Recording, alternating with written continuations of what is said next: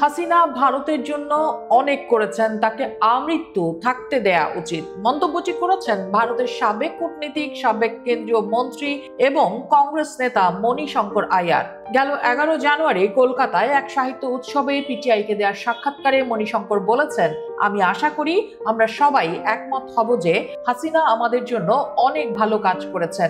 আমি খুশি যে তাকে আশ্রয় দেয়া হয়েছে। তিনি যতদিন থাকতে চান, এমনকি সারা জীবনের জন্য হলেও আমাদের তাকে অতিথি হিসেবে রাখা উচিত।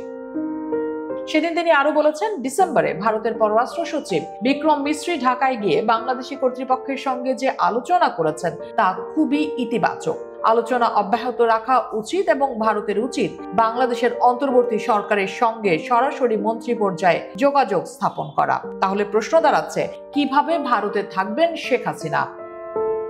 কারণ গত 8 জানুয়ারি ভারতের শীর্ষস্থানীয় জাতীয় দৈনিক দ্য হিন্দুস্তান টাইমস ভারতের স্বরাষ্ট্র মন্ত্রণালয়ের সিদ্ধান্তে তাদের অধীনস্থ স্থানীয় ফরেনার্স রিজিওনাল রেজিস্ট্রেশন অফিসের মাধ্যমে শেখ হাসিনার ভারতে ভিসার মেয়াদ বাড়ানোর যে খবর প্রকাশ করেছে তা সরাসরি নাকচ করে দিয়ে দেশটির দায়িত্বশীল কর্মকর্তারা বলছেন, গত 5 আগস্ট শেখ হাসিনা সুরক্ষার কারণে সাময়িকভাবে ভারতে আসতে চেয়েছিলেন এবং তাকে সেই অনুমতি দেয়া হয়েছে। সেক্ষেত্রে তার বর্তমানের স্ট্যাটাসে ভারতের ভিসা দেয়া না দেওয়ার কোনো প্রয়োজন নেই।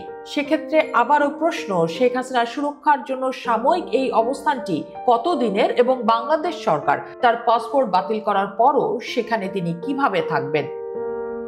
এক্ষেত্রেও সমাধান আছে ভারতের হাতে, তা হলো তার দেশের টিডি বা ট্রাভেল ডকুমেন্ট। বিশেষজ্ঞরা বলছেন, শেখ হাসিনা যদি ভারতের ট্রাভেল ডকুমেন্টধারী হন, সেক্ষেত্রে তিনি সে দেশে তো থাকতে পারবেনই, শুধু তাই নয়, এই ডকুমেন্ট ব্যবহার করে তৃতীয় দেশেও যেতে পারবেন, যেমনটা করে থাকেন ভারতে বসবাসরত বহু তিব্বতী শরণার্থী। কারণ এটি এমন একটি দলিল যা বসবাস করা দেশের পাসপোর্টের মতোই সুবিধা দেয়। আবার যদি শেখ হাসিনাকে ভারত লং টার্ম বা দীর্ঘমেয়াদী রেসিডেন্সি পারমিটও দেয়, সেক্ষেত্রেও তিনি সেখানে বসবাস করতে পারবেন।